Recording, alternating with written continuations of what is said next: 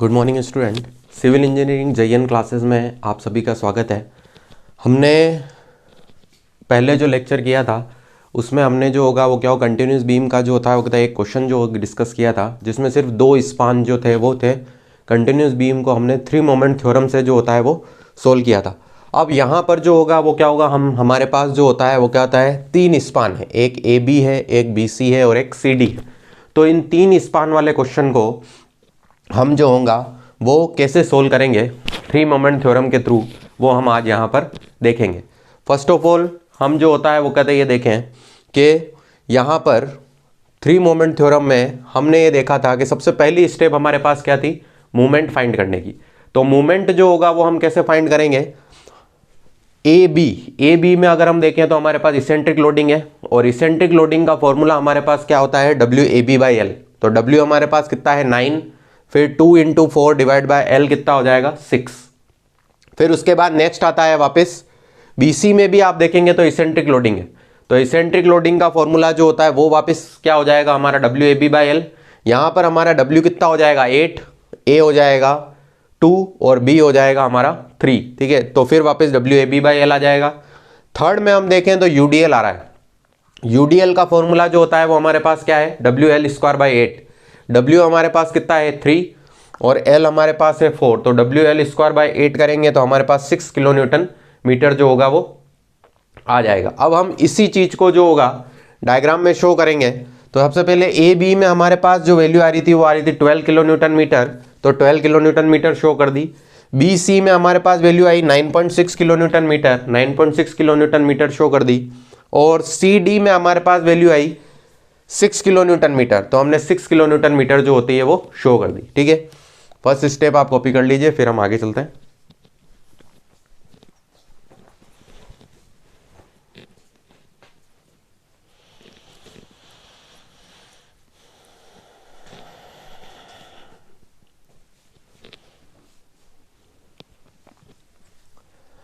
अब उसके बाद हमारे पास सेकंड स्टेप में CG और एरिया वाली स्टेप जो होती है वो हमारे पास आती है। तो फर्स्ट ऑफ ऑल अगर हम देखें कि इक्वेशन बना लेते हैं, सबसे पहले 4 स्पान AB एंड BC, ये चीज़ काफ़ी समझने की है। A1 X1 बाहर निकालेंगे। हमने कल भी डिस्कस किया था कि यहाँ पर इस ट्राइंगल को हम 2 भागों में बांट देते हैं। तो एक तो हो गया 2 मीटर वाला ट्राइंगल और एक आपके पास हो गया 4 मीटर वाला ट्राइंगल। तो सबसे पहले इसका एरिया की बात करें तो 1/2 2 × 12। जब हम भी आगे से चलेंगे तो CG क्या होगी 2B/3, 2B/3 मतलब 2 × 2/3 प्लस 1/2 4 × 12 फिर 2 + 4/3, ठीक है। हमने क्या डिस्कस किया था कि हम डायरेक्ट तो इस 4 पर आएंगे नहीं, यहां से चलेंगे तो हमको क्या प्लस करना पड़ेगा 2, तो 2 + 4/3 जो होगा वो हमारे पास वैल्यू जो होगी वो हो जाएगी, ठीक है। दूसरी इक्वेशन बना लेते हैं, फिर आंसर निकालते हैं। फिर A2 बार में जब अपने पास इसेंट्रिक लोडिंग AB में भी हो और BC में भी हो और दोनों कंटिन्यूटी में आ रहे हैं, ठीक है, दोनों कंटिन्यूटी में ही आ रहे हैं, AB के बाद जस्ट BC आ रहा है। तो आपको याद रखने के लिए क्या करना है, यहां पर ये स्पान जो होता है वो आपका प्राइमरी स्पान है और ये स्पान आपका क्या है सेकेंडरी स्पान है। तो जब भी आपके पास सेकेंडरी स्पान में इसेंट्रिक लोडिंग आती है, इसेंट्रिक लोडिंग सेकेंडरी स्पान में आती है, तो हमेशा CG आपको पीछे से काउंट जो होता है वो करना पड़ेगा। वापस रिपीट करते हैं, अगर सेकेंडरी स्पान में, सेकेंडरी स्पान का मतलब समझ में आ गया जो हमने बाद में लिखा है वो, अगर सेकेंडरी स्पान में CG, सेकेंडरी स्पान में इसेंट्रिक लोडिंग आती है तो हमेशा CG आपको कहां से काउंट करनी है पीछे से। अब कैसे काउंट करनी है वो देखते हैं। इसमें भी आप 2 ट्राइंगल बांट दिए, पीछे से चलना है बस अपन को। 1/2 × 3 × 9.6 2 × 3/3 प्लस 1/2 × 2 × 9.6 और कोष्टक में आ जाएगा आपका 3 + 2/3, 3 + 2/3 जो होगा वो आपका, देखिए सबसे पहले अपन ने फॉर्मूला वही लगाया 2B/3 हो गया इसका, और अगर हम पीछे से चल रहे हैं तो यहाँ पे 3 को क्या कर देंगे प्लस जो होगा वो हम कर देंगे। अब इसको हम सोल्व आउट करेंगे कि सोल्व आउट करने पर हमारे पास कितना आंसर जो होता है वो कहता आता है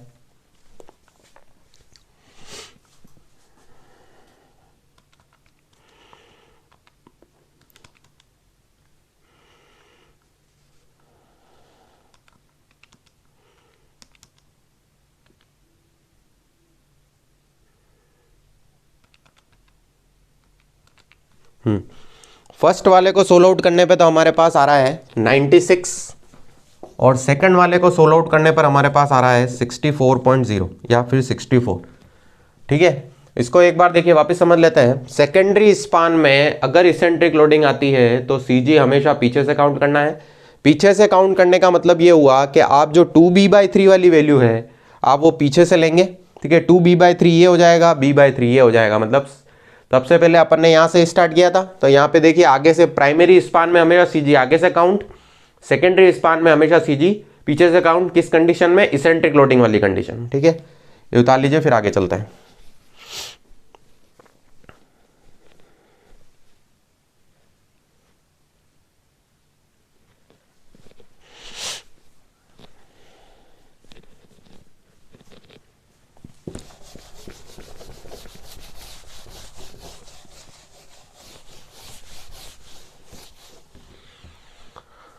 अब हम देखें for span B C and C D, for span B C and C D. B C में देखिए वापस आपके पास इसेंट्रिक लोडिंग है। हमने ये डिस्कस किया था कि जब भी आपके पास इसेंट्रिक लोडिंग प्राइमरी स्पान में आती है तो सीजी हमेशा आगे से काउंट। तो देखिए इसको हम नाम दे देंगे A3X3 बार 1/2 2 into 9.6 2 into 2/3 plus 1/2 3 into 9.6 2 plus 3/3। ठीक है, फिर A4X4 बार का निकालते हैं अपन। यूडीएल है, यूडीएल में तो हम फॉर्मूला जानते हैं 2/3 WL²/8 की वैल्यू 6 हो गई। फिर उसके बाद 4, स्पान कितना है हमारा 4 का हाफ 2। ठीक है, तो इस तरह से देखिए इसमें वापस मतलब अगर आपके पास इसेंट्रिक लोडिंग आ रही है कंटिन्यूटी स्पान में तो एक ही स्पान की सीजी एक बार आगे से भी काउंट होगी, एक बार पीछे से भी काउंट होगी। ठीक है, फॉरवर्ड और बैकवर्ड दोनों जो होगा वो हमको जाना पड़ेगा। ठीक है, अब इसका आंसर जो होता है वो फाइंड आउट करते हैं।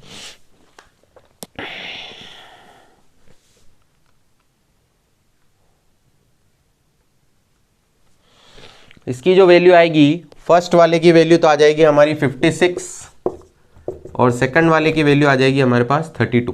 ठीक है, एक बार ये उतार लीजिए, फिर हम आगे चलते हैं।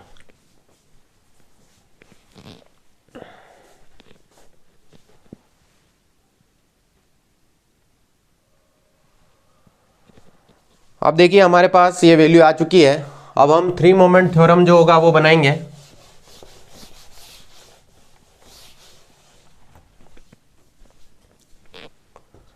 थ्री मोमेंट थ्योरम सबसे पहले बनाएंगे हम for span 3 moment theorem, 3 moment theorem for span A B and B C.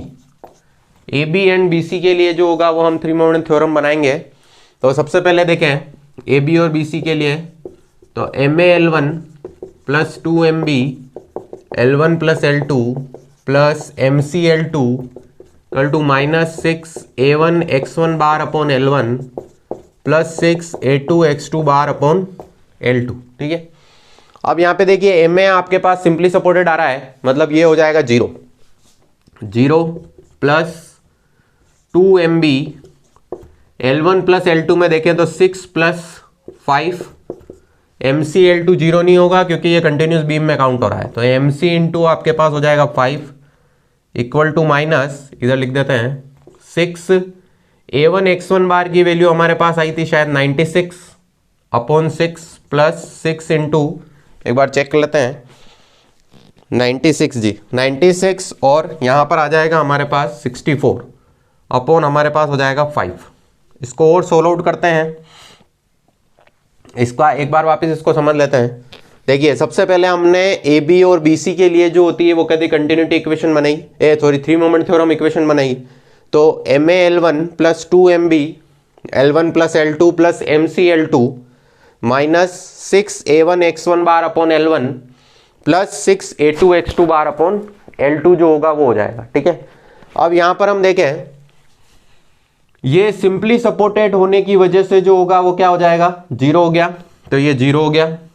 2MB L1 हमारे पास कितना है 6 + 5 प्लस MC इंटू कितना हो जाएगा हमारे पास 5। A1 X1 बार की वैल्यू रख दी और A2 X2 बार की वैल्यू रख दी। ठीक है, एक बार इतना जो होता है वो कर लीजिए। अगर हम इसको सोल्व करते हैं तो देखिए हमारे पास जो वैल्यू आएगी वो आ जाएगी 22MB plus 5MC equal to minus का, इसको भी सोल्व कर लेते हैं।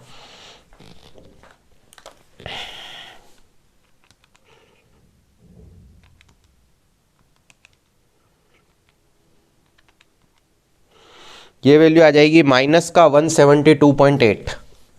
ये वैल्यू जो होगी वो हो जाएगी 17। ये हमारे पास इक्वेशन नंबर 1 जो हो गई वो हमारे पास आ गई है। ठीक है, 22MB प्लस 5MC माइनस का 172.8। ठीक है, इस इक्वेशन को हम यहाँ पर लिख देते हैं एक बार, 22MB प्लस 5MC माइनस का 172.8। ठीक है, अब हम बनाते हैं एक बार ये कॉपी कर लीजिए।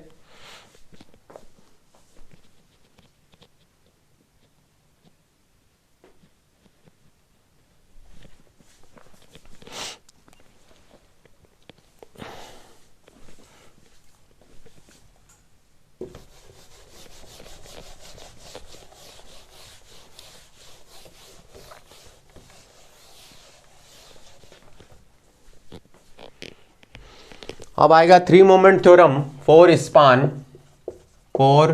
Span BC and CD।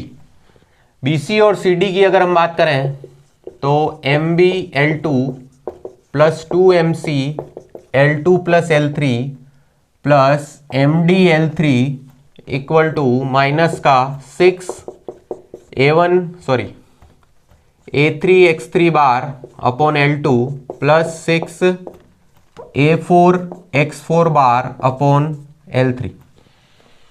यहां पे देखिए थ्री मोमेंट थ्योरम इक्वेशन बनाना तो आ गया है। BC और CD है, B है सबसे आगे है तो सबसे आगे B आ जाएगा, बीच में हमारे पास C आ रहा है तो C आपका मिडल में आ गया और D लास्ट में है तो D लास्ट में आ गया। अब यहां पर वैल्यू रख देते हैं हम MB L2 की वैल्यू है हमारे पास 5,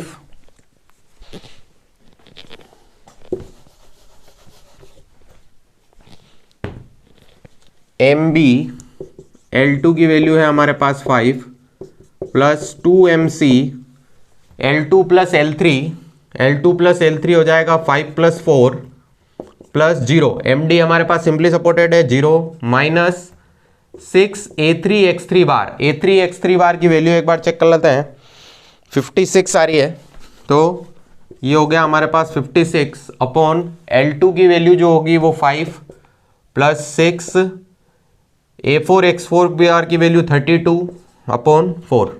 तो इस तरह से हमारे पास जो होगी वो इक्वेशन में इसको सोल्व करते हैं तो 5MB प्लस 18MC इसको सोल्व करते हैं, कितनी वैल्यू आएगी देखते हैं।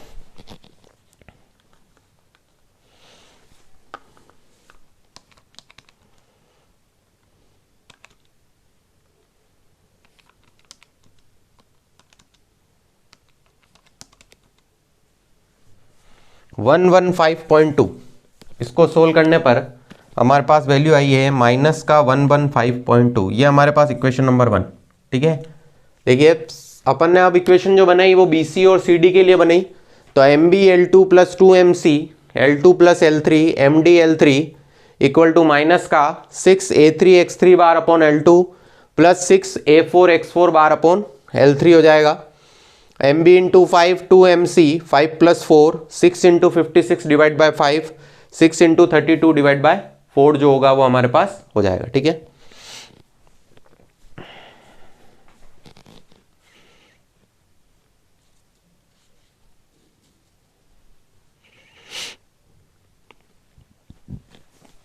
अब हमें इन दोनों इक्वेशन को जो होता है वो सोल्व करना है, जो कि हमारे पास 100 mS के कैल्सी अगर है हमारे पास तो वो इक्वेशन डायरेक्ट सोल्व हो जाती है, और हम इसको सोल्व भी वैसे कर सकते हैं। तो मैं एम बी और एम सी की डायरेक्ट वैल्यू जो होगा वो लिखूंगा, ठीक है। 22 MB plus 5 MC equal to minus का 172.8, 5 MB plus 18 MC equal to minus का 115.2। यहाँ से आपके पास MB की वैल्यू जो आएगी वो आ जाएगी माइनस का 6.84 किलो न्यूटन मीटर, और MC की जो वैल्यू आएगी वो माइनस का 4.48 किलो न्यूटन मीटर जो होगी वो आई। ये 100 mS के कैल्सी से आपके पास सोल आउट जो होगी वो हो जाएगी, MB और MC की वैल्यू आ जाएगी। अब हम आगे चलते हैं। अब यहाँ पे देखिए MB और MC की वैल्यू आ गई हमारे पास 6.84, तो हम यहाँ पे शो करते हैं 6.84, ये हमारे पास हो गया 6.84, और MC की वैल्यू 4.48, तो ये हो गई हमारे पास 4.48, और लास्ट में ये 0, ये हमारे पास माइनस, ये माइनस, ठीक है। ये दोनों वैल्यू जो होगी, ये इस तरह से हमारा बेंडिंग मोमेंट जो होता है वो पूरा कंप्लीट होता है। 4.48 जो होगा वो हो जाएगा, ये वैल्यू जो होगी वो क्या हो जाएगी हमारी 4.48 जो होगी वो हो जाएगी।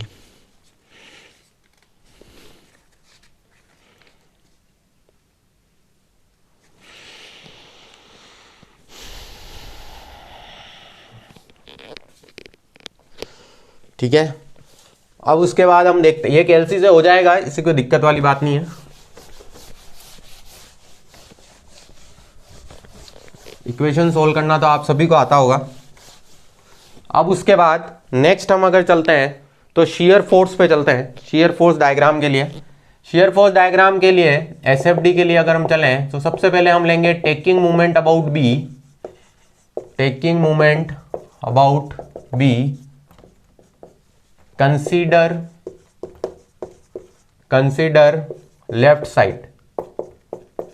अगर आपको एम बी एम सी की वैल्यू नहीं भी निकालना आता है तो आप कमेंट सेक्शन में कमेंट करके बता सकते हैं, अपन उसकी एक से क्लास रख के उसको सीख लेंगे। R A into 6 minus 9 into 4, और मोमेंट हमने बी पे लिया है और बी की वैल्यू आ रही है 6.84, तो हम आर ए की वैल्यू जो होता है वो यहाँ से निकाल सकते हैं। देखते हैं आर ए की वैल्यू जो होती है वो कितनी आ रही है हमारे पास।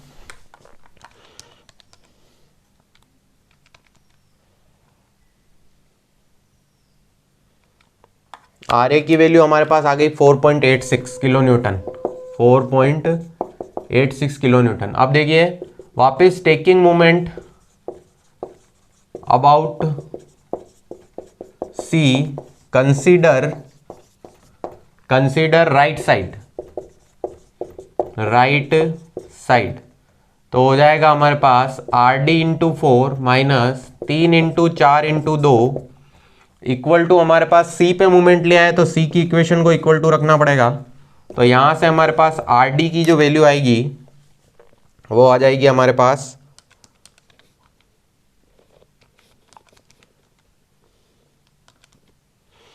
4.88 किलो न्यूटन। ठीक है, इसमें अगर हम देखें, देखिए वापस देख लेते हैं एक बार, दो वैल्यू आई है, अभी दो वैल्यू और बाकी है। सबसे पहले taking moment about B, consider left side की बात करें तो R A into 6 minus 9 into 4, और फिर टेकिंग मोमेंट अबाउट बी लिया है तो माइनस का 6.84 आ जाएगा। आर ए की वैल्यू आ गई। फिर देखें आप taking moment about C, consider right side. Right side में आपके पास कौन कौन से फोर्स है सी के, एक तो आपके पास आर डी है और एक हमारा 3 किलो न्यूटन है। ठीक है, तो हम क्या कर देंगे, आर डी इंटू 4 माइनस का 3 इंटू 4 इंटू 2 इक्वल टू, कहाँ पर मोमेंट लिया है हमने सी पे, तो माइनस का 4.48 जो होगा वो आ जाएगा। तो आर डी की वैल्यू कितनी आ गई हमारे पास, 4.88 किलो न्यूटन जो हो गई वो आ गई। दोनों वैल्यू को एक बार यहाँ पर लिख देते हैं, फिर उसके बाद वैल्यू निकालते हैं। आर ए की वैल्यू आ गई 4.86 और आर डी की वैल्यू आ गई 4.88। एक बार ये उतार लीजिए, फिर आगे चलते हैं।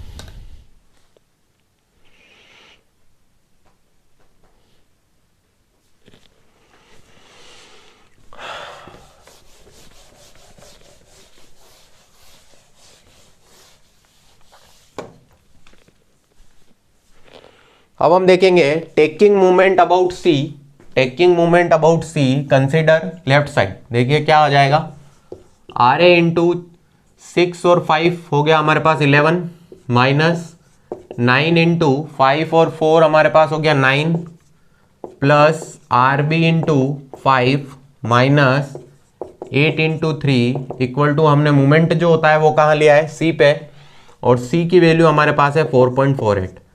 देखिए सी के लेफ्ट साइड में चलना है। लेफ्ट साइड में कौन कौन से फोर्स है, एक तो आर ए, एक आर बी, एक 9 और एक 8। ठीक है, तो आर ए इंटू 4 टू 6 और 5 कितना हो गया 11, तो आर ए इंटू 11। फिर 9 इंटू 5 प्लस 4 कितना हो गया 9, तो 9 इंटू 9। माइनस प्लस इसलिए लिया है क्योंकि जब हम आर ए की वैल्यू चल रहे हैं, ठीक है, आर ए हमारा किधर से आ रहा है, बॉटम से, तो आर ए हमने क्या कंसीडर किया, एज अ पॉजिटिव कंसीडर किया। तो हमारे पास जो ऊपर से लोडिंग आएगी उसको हमको क्या कंसीडर करना पड़ेगा, नेगेटिव। इसलिए यहां पर जो होती है वो कहती है वैल्यू क्या आई है, नेगेटिव जो होती है वो वैल्यू हमारी आई है। फिर प्लस आर बी इंटू 5, फिर 8 इंटू 3 और माइनस का 4.48। अब आर ए की जो वैल्यू है वो हमारे पास रख देते हैं यहाँ पर हम 4.86 into 11 minus 9 into 9। R B की वैल्यू हमारे पास नहीं है तो आर बी इंटू 5 ही लिख देते हैं, इक्वल टू माइनस 24 माइनस का 4.48। अब इसको हम सोल्व करते हैं, हमारे पास कितनी वैल्यू आती है देखते हैं।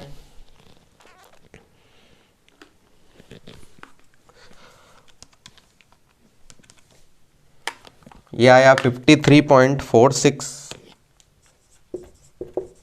माइनस 81 माइनस 24 माइनस का R B into 5, sorry plus का R B into 5 equal to minus का 4.48 है ये। अब इन तीनों को पहले सोल्व कर लेते हैं। ये आएगा माइनस का 51.54 plus R B into 5 equal to 4.48। तो 5 आर बी इक्वल टू हमारे पास हो जाएगा माइनस का 4.48 और प्लस का 51.54। 51.54 माइनस का 4.48 वैल्यू आ जाएगी हमारे पास 47.06 डिवाइड बाय 5। तो आर बी की वैल्यू हमारे पास आ गई 9.412 किलो न्यूटन। 9.412 किलो न्यूटन जो हो गई वो वैल्यू है। देखिए वापस देख लेते हैं एक बार। सबसे पहले तो टेकिंग मोमेंट बी लिया, कंसीडर करा लेफ्ट साइड। टेकिंग मोमेंट सी लिया, कंसीडर करा राइट साइड। फिर वापस टेकिंग मोमेंट सी लिया और कंसीडर पूरा लेफ्ट साइड करके हमारे पास ये इक्वेशन आ गई, जहां से हमारे पास अब हमारे पास सिर्फ एक वैल्यू बची है। आर ए आ गया, आर डी आ गया, आर बी भी हमारे पास आ गया। आर बी आ चुका है हमारे पास 9.412। अब हमारे पास सिर्फ आर सी की वैल्यू रिमेनिंग है, वो हम निकाल लेते हैं।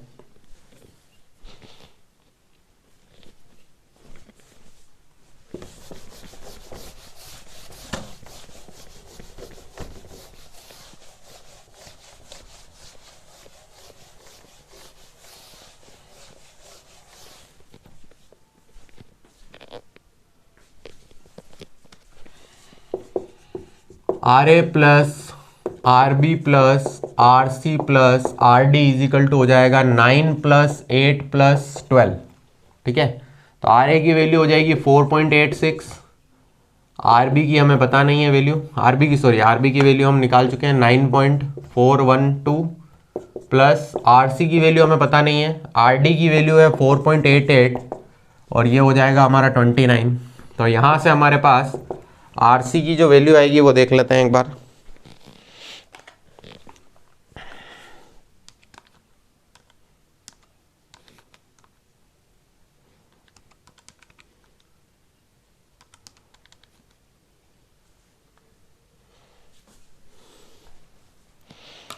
$9.84 समथिंग जो होगी वो वैल्यू आ रही है, 848 किलो न्यूटन आएगी। ठीक है, इसको 9.85 मान लेते हैं अपन अप्रोक्स।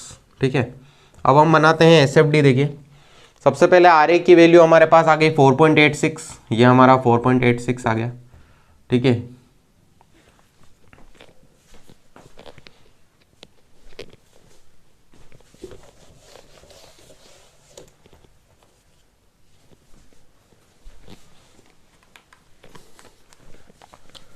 आर ए की वैल्यू जो हो गई वो हमारे पास आ रही है 4.86, ये हमारा 4.86 हमने शो कर दिया। अब हम देखें ए से ई तक कोई लोडिंग नहीं है, तो ए से ई तक हम बिल्कुल सीधे चल गए। फिर ऊपर से आया माइनस का 9, तो 4.86 माइनस 9, माइनस का 4.14, तो ये माइनस का 4.14 हमारा इस डाय। अब वापस ई से बी तक चले, ये ई हो गया हमारा, ये ई हो गया, ये बी आ गए। फिर हमें वापस आर बी मिला, और आर बी हमेशा क्या है, पॉजिटिव, क्योंकि आर ए भी पॉजिटिव है। तो माइनस का 4.14 और प्लस का 9.412 कितना आ जाएगा हमारे पास, 5.272 आ गया। फिर हम वापस चले एफ तक, ये आ गए हम एफ तक। फिर ऊपर से वापस हमारे पास आया माइनस का 8, तो हमारे पास वापस वैल्यू कितनी हो गई, माइनस का 2.72, माइनस का क्या आ गया हमारे पास 2.72 जो हो गया वो हमारे पास आ जाएगा, 2.72 आ गया। अब 2.72 आने के बाद माइनस का है, ये एफ तक पहुंच गए हैं, सी तक हम चलेंगे वापस सीधी लाइन में। फिर प्लस का आर सी की वैल्यू, तो प्लस का हम करेंगे 9.85, तो 7.122, ये हमारे पास आ गया 7.122। 7.122 के बाद देखिए 4 × 3 होता है 12, तो माइनस का आ गया 12, तो आ गया 4.878, तो हमारे पास ये वैल्यू आ गई 4.878। और हम अगर देखें ध्यान से तो आर डी की वैल्यू भी यही आ रही थी 4.88। ठीक है, एक बार वापस देखते हैं। देखिए सबसे पहले हमने आर ए की वैल्यू 4.86, ए से ई तक हम सीधे चले। फिर हमारे पास ऊपर से लोडिंग आई माइनस का 9, तो 4.86 माइनस का 9 आ गया माइनस का 4.14। फिर माइनस का 4.14 और प्लस का R B, plus R B क्या है 9.41 आया, तो वैल्यू आ गई 5.272। 5.272 से वापस हम चले एफ तक, फिर ऊपर से आया माइनस का 8, तो 5.272 माइनस का 8 कितना हो गया हमारे पास 2.72। 2.72 से सी तक चले, फिर प्लस का आया हमारे पास 9.85, तो हमारे पास आ गया 7.122। 7.122 माइनस का 12, तो 4.87 जो हो गया वो हमारे पास आ जाएगा। इस डायग्राम में आपको सिर्फ इतना याद रखना है कि हमारे पास जो आर ए आर बी की जो वैल्यू है वो सारी क्या आएगी, पॉजिटिव काउंट होगी। ठीक है, और जो ऊपर से जो लोडिंग आ रही है बीम पे वो आपकी सभी क्या काउंट होगी, नेगेटिव जो होगी वो काउंट होगी। तो इस तरह से आज हमने इस सवाल को जो होता है वो कदा किया है। पहले हमने 2 स्पान का किया था, आज हमने 3 स्पान का जो होता है वो सवाल किया है। अब जब भी अपन नेक्स्ट क्लास में मिलेंगे तो एक कैंटिलीवर का सवाल जो होगा वो अपन करेंगे।